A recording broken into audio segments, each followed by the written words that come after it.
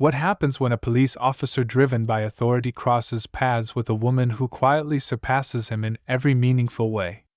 It began late on a Wednesday night, just past 11 p.m. The kind of hour when Toledo, Ohio's roads are nearly deserted, aside from a few night shift workers heading home or someone like Lieutenant Colonel Adrienne Wallace cruising through after a long meeting at a military base 2 hours south. She was behind the wheel of her government-issued black SUV, modest, slightly tinted windows, nothing flashy. Just like her, efficient, composed, and unobtrusive. Adrienne had been driving for some time, softly humming to the sound of tires against the asphalt, already mentally halfway home. She wasn't speeding, weaving, or doing anything out of the ordinary. But Sergeant Daniel Mercer saw it differently. Stationed near Reynolds Road, in his usual spot, he was sipping lukewarm coffee and scrolling his phone out of boredom. The shift had been uneventful. No calls, no excitement. Then he noticed an unfamiliar vehicle. Tossing the cup aside, he pulled out. His lights flashed before Adrienne even realized a cruiser was behind her. She eased to the side, calm and collected, reacting exactly how she'd been trained. The patrol car's door slammed. She watched the officer approach in her side mirror, tall, one hand near his holster, flashlight in the other. He didn't go to the passenger side. He came straight to her window. "License and registration," he demanded without so much as a hello. Adrienne kept her hands in view and rolled the window down halfway. "Officer, may I ask the reason for the stop?" Mercer narrowed his eyes, shining the light directly at her. "You were drifting between lanes. No signal. Looked impaired." She raised an eyebrow. "I wasn't. License and registration," he repeated louder now.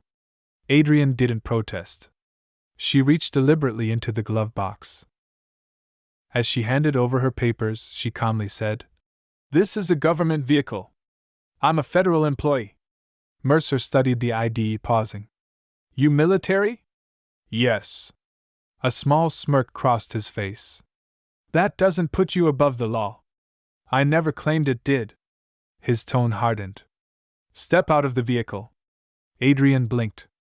"Excuse me?" "Out of the car. I'm conducting a sobriety check." She tensed slightly but remained composed. "Based on what?" "I've complied and haven't been drinking." "I'm asking for a reason." Mercer moved closer. "Now you're refusing the lawful order." Adrienne didn't budge. "I'm asking for clarification." He didn't take that well. He reached for the door and opened it himself. "I need you to step out now." That's when she quietly activated her phone's camera and began recording. "Just to be clear," she said, "this interaction is now being documented." His eyes flicked toward the phone. For the first time, he hesitated slightly. But he pushed forward. "Out of the car." Adrienne stepped out, standing tall. Not confrontational, just composed. She didn't raise her voice or resist. Yet her bearing, even in plain clothes, spoke volumes. Mercer took a good look, and for a moment, doubt crept in. Who exactly was he dealing with? But his pride drowned it out. He proceeded with the sobriety test, having her walk a straight line under the dim streetlights like she was some reckless Saturday night driver. She passed, perfect balance, no slurs, no mistakes. Still, he handed her a ticket for failing to maintain her lane. Adrienne accepted it without a word, just a look. Then she got back in her SUV and drove off into the night. What Mercer didn't realize was that the citation would end up in court, and it would change everything. Sergeant Daniel Mercer was no rookie. 15 years in the department had etched lines into his face and something deeper into his character. He'd seen it all, from tense neighborhood disputes to chaotic car crashes. And he built a reputation, the kind that made new recruits stiffen when he walked into the room. Mercer liked it that way. He didn't deal in doubts, he gave commands. To him, the badge symbolized power, control, and the final word. Whether it was a teen with an attitude or a driver questioning him too much, Mercer didn't yield. He didn't apologize. On Toledo's west side, his station knew what they had: a cop who showed up, filled out the paperwork, and never second-guessed himself. That also meant they knew he could be harsh, his voice sharp, his temper quick. But nobody really questioned him. Not until that night. When he returned to the station after the stop, he barely mentioned it. He entered the ticket into the system, wrote a short report, lane drifting, possible signs of intoxication, no arrests, and tossed his body cam into the dock like always. The footage sat there untouched for 2 days before anyone reviewed it. In the meantime, Mercer joked about it in the break room. "Woman tried to pull rank on me," he told Officer Diaz. "Flashed her federal ID like that was supposed to scare me." Diaz raised an eyebrow. "Wait, she was military?" Mercer shrugged. "That's what she claimed. Some fed with attitude." "What was her name?" Diaz asked. Mercer leaned back in his chair, opened a bag of chips, and said, "Wallace. Adrienne Wallace." Diaz's expression changed. "You mean Lieutenant Colonel Wallace?" Mercer froze. "How do you know that?" "She spoke at the academy last year," Diaz said slowly. "She's not just military. She's high-ranking. Oversees logistics at Fort Wayne. Bronze Star 2 tours. She's the real deal." Mercer scoffed and brushed it off. "Doesn't matter who she is. Out there, I'm in charge." But something about Diaz's tone lingered, respectful, cautious. It chipped away at Mercer's usual confidence. Still, he didn't rewatch the footage. He didn't reconsider the citation. As far as he was concerned, it was over. But it wasn't. Because the next morning, Wallace filed a formal complaint, not only with Internal Affairs, but also with the Inspector General's office. And she wasn't doing it alone. The phone video she recorded had already been sent to her legal team, and another copy was quietly moving through the military ranks. Mercer didn't know any of this yet. He was back to business as usual, handling minor calls, barking orders during stops, acting untouchable. For years he had been. The system shielded him. Supervisors had looked the other way. Union reps shut down complaints. Mercer believed the rules didn't apply to him the way they did to others. But now, someone was standing on the other side, someone unafraid, who didn't yell or lash out or fold under pressure. She just followed the process, kept a record, made a single call to the right office at the right moment, and had the proof to back it all up. Mercer didn't realize it until the envelope landed on his desk marked "Formal Inquiry." Adrienne wasn't someone who stirred trouble for no reason. She wasn't dramatic or combative. She didn't have time to chase down every wrong she encountered. Not after 22 years in service, 2 overseas deployments, and enough close brushes with danger to shake most people. But this time was different. Because she wasn't only thinking of herself. She thought about the young soldiers she mentored, the civilians she'd seen mistreated, the women, especially black women, forced to stay silent just to avoid making things worse. She was done with that. The morning after the stop, Adrienne sat in her office at Fort Wayne, staring at her computer. She hadn't slept much. Not from anger, though she felt that, but because the moment kept playing over in her mind. The way he spoke to her, like she was nobody. The way his hand hovered by his weapon. The way he tried to provoke her. She knew that script. She knew exactly how fast it could have escalated, even with the camera rolling. Her aide, Sergeant Daniels, stepped in. "You all right, ma'am?" Adrienne looked up, composed but focused. "No. But I'm handling it." He came in and shut the door. "I saw the video," he said. "Want me to bring in the base attorney?" "Already did," she replied. Daniels hesitated. "You sure you want to take this public?" Adrienne leaned back. "I'm not chasing headlines. I'm seeking accountability." And she meant it. Her entire career had been built on discipline and integrity. Her rank wasn't just an insignia. It was something she earned with years of service, decisions that carried real consequences. She had led convoys through dangerous zones, coordinated disaster response, and ensured the safety and supplies of troops across 4 continents. But none of that mattered when a patrol car pulled her over on an empty road in Ohio. To Mercer, she was just another driver acting suspicious who didn't respond fast enough when questioned. What bothered Adrienne wasn't only how he treated her, it was how at ease he seemed doing it. That was the real concern. So Adrienne made some calls. First to the JAG office, then to the Inspector General. She submitted the video, filed a formal complaint. No exaggerations, no dramatic language, just a clear, fact-based report, supported by footage. By the week's end, the case had started circulating through legal channels and the military. It hadn't reached the press, at least not yet, but Mercer's name was now tied to an internal inquiry. The department's legal office had been alerted, but Adrienne didn't broadcast it. She kept showing up to work, doing her job, only discussing it when asked. Behind closed doors, though, she and her lawyer were building something more. Because her legal counsel believed the stop might not have just been improper, it could be a breach of federal policy, especially with her federal status and lack of reasonable cause. And if they needed to take it to court, they would.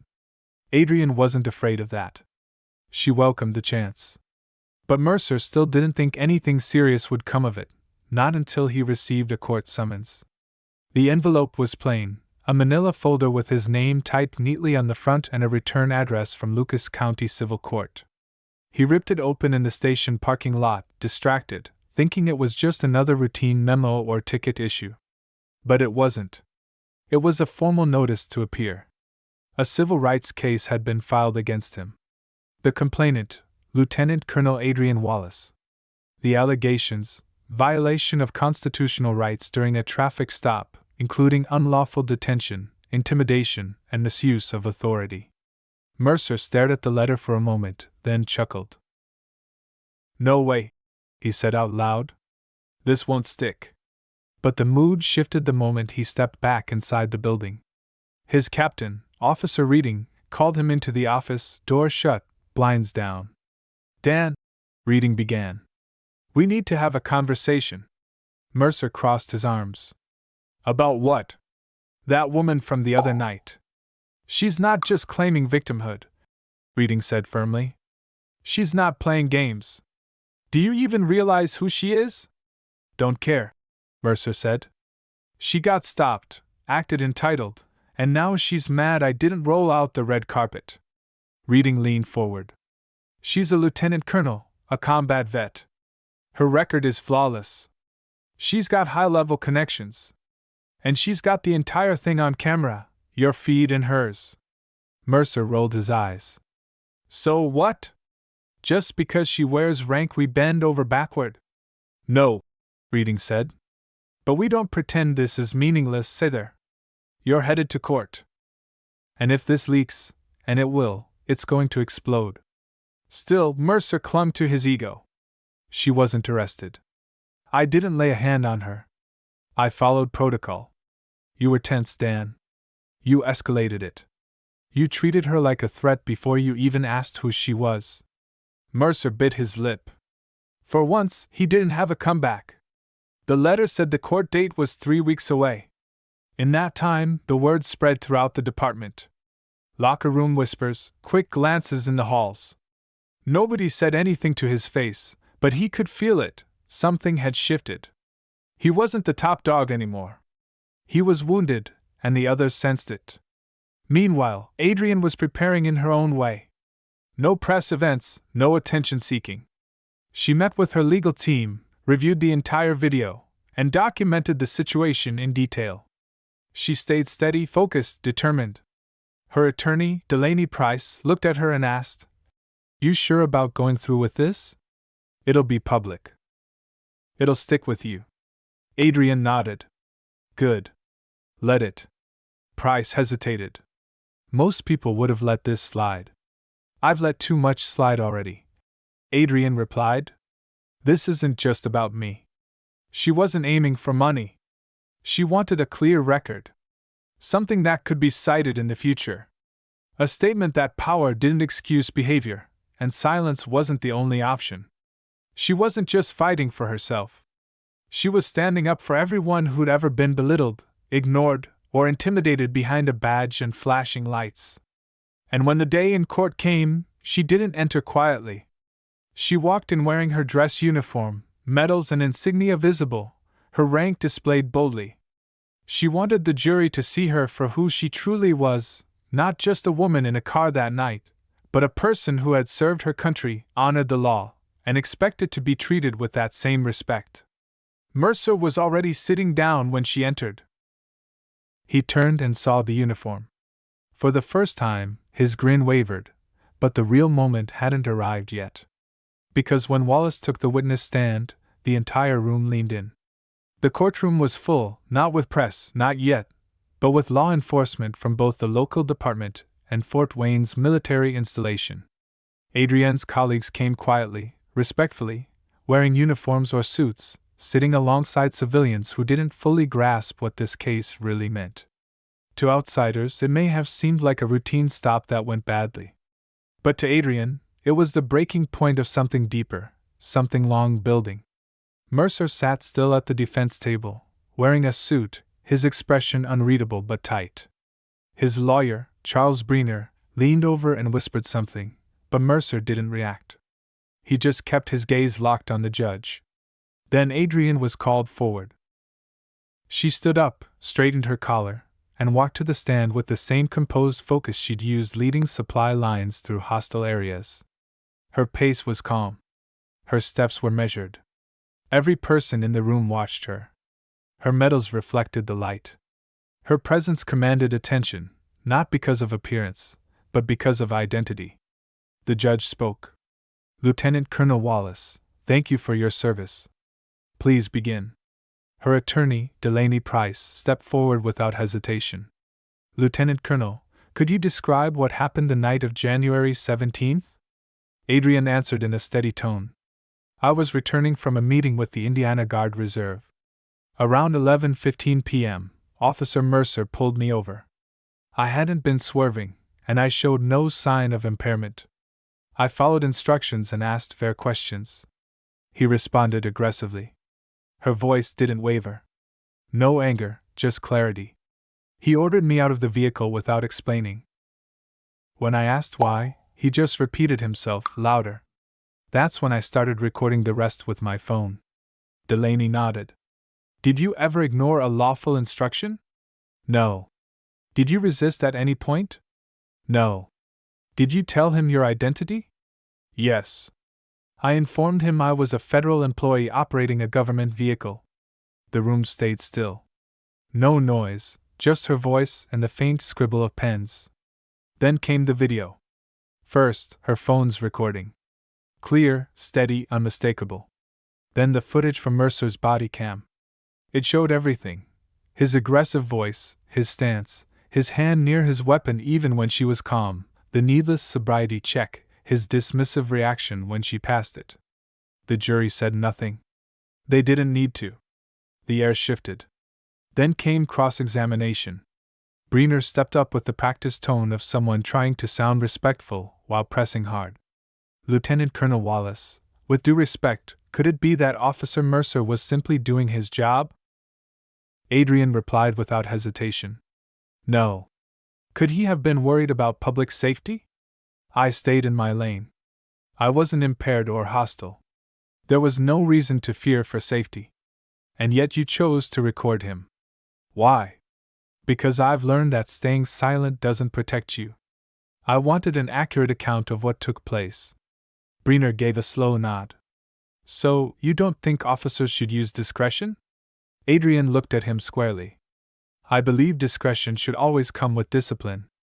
A badge doesn't mean immunity. It's a duty." That line landed. Even the judge paused before continuing. Then it was Mercer's turn, not to speak, but to sit as the videos were played again, this time dissected moment by moment. Every pause, every sharp word, every glance where he treated her like less than a person. The prosecutor leaned in. "Sergeant Mercer, why did you tell her to get out of the car?" Mercer stiffened. She seemed evasive. "Did she disobey any commands?" "She questioned me." "Is that illegal?" Mercer paused. "No." "Did she raise her voice? Make threats?" No. Then why did the stop escalate? He gave no answer. Were you aware she was a lieutenant colonel in the U.S. Army? Not at the time. And if you had known? Mercer spoke more quietly. I probably would have acted differently. The room held its breath. That was it. Not an apology, but an admission. That night, Mercer didn't see a veteran. He saw someone who didn't defer quickly enough, didn't speak how he preferred, didn't yield. And now, across from her, with her service on display, the truth was undeniable. But the case wasn't finished. The jury still had to decide what true accountability meant. It took 3 days before the verdict arrived. The courthouse was quieter now. No military dress uniforms this time. No off-duty officers watching from the benches. Just Adrienne, her attorney, and a few locals who had followed the case out of interest. Mercer sat beside his lawyer, fingers interlocked, trying to maintain the blank look he'd worn all trial. But now, his jaw tightened slightly, as if he were clenching his teeth unconsciously. Judge Cynthia Morales sorted through the documents on her bench, then addressed the courtroom. In the matter of Wallace versus Mercer, she said, the jury has ruled in favor of the plaintiff. Mercer's head shifted slightly. Adrienne remained still. The court acknowledges a violation of constitutional protections during an improper stop and detainment. Additionally, Sergeant Mercer's actions were deemed inconsistent with department standards and the most basic norms of professional conduct. No one reacted, no applause, no gasps, just the heavy stillness of consequence. Mercer's lawyer leaned toward him. We'll file an appeal, he whispered, though it sounded uncertain. The judge went on. While this court is not pursuing criminal charges, the plaintiff is awarded $35,000 in damages. This ruling will also be a permanent public record and referred to the Department of Justice and Toledo PD for review and policy consideration. Adrienne didn't grin or raise a fist. She gave a single nod, not to the judge or the jury, but to herself. She had followed through. Outside the courthouse, Mercer paced at the base of the steps. A few reporters had gathered, not a full press frenzy, just some local journalists. Still, he shielded his face with a folder as the cameras snapped. He didn't give a statement. He just got in his car and left. Inside, Adrienne paused in the hallway, pulled out her phone, and read the message, verdict in your favor. Case closed. Her attorney caught up with her. You could have asked for more. Adrienne shook her head. It was never about the payout. Delaney looked at her. Do you think this changes anything? Adrienne glanced at the doors and said, I don't know. But maybe next time he stops someone, he'll think before he acts. A week later, Mercer was placed on administrative leave while the department launched an internal review. Some speculated he'd be transferred. Others said it was the beginning of the end for his career. Either way, the shield he once relied on had cracked, and people noticed. Back at Fort Wayne, Adrienne resumed her duties like nothing had happened. She wasn't interested in being celebrated. She wasn't giving interviews. Her focus was back on her unit, training, planning, leading. Still, within her command, the message was loud and clear. You don't need to yell to demand respect. You don't need to fall apart to prove injustice. And sometimes, the quietest actions echo the loudest. But even with the verdict secured, Adrienne understood the battle wasn't finished. Because accountability isn't just punishment, it's what comes after. 2 months later, Adrienne stood before a classroom of new recruits at Fort Wayne. Most had only worn the uniform for a short time, young faces, open to learning, eager to serve. She wasn't there to talk tactics or logistics. This time, she was there to talk about what leadership means when no one's watching. She scanned the room and asked, How many of you think the uniform automatically earns respect? A few hands rose, some confidently, others uncertain. She nodded. I get why you'd think that. But here's the truth. Respect isn't owed. It's earned through actions daily. She paused. Same with power. The badge, the rank, the title, they're not armor. They're a weight. And if you can't carry it with care, you shouldn't carry it at all. Toward the back, a young soldier leaned in, focused. Adrienne continued. When I was stopped by an officer who forgot that truth, I could have yelled. I could have panicked. I could have ignored it. She looked around the room. But I didn't. I documented. I filed. I showed up in court and spoke the truth. A long silence. That officer thought his badge made him untouchable, until he saw my rank, not just on my chest, but in how I conducted myself. That's the difference. That's leadership. The room stayed quiet, not from boredom, but the kind of stillness that comes when something sinks in. Adrienne closed her folder and looked up. Lead with character. Serve with integrity. And remember, you don't just represent the uniform. You represent everyone who wore it before you, and all who will wear it after. She stepped down from the platform, not to applause, not for attention, but because her point was made. Let this story be a reminder: authority without responsibility is just a mask for weakness. Speak up. Stand firm. And when you see injustice, don't turn away. Because silence protects the guilty. Courage protects everyone else.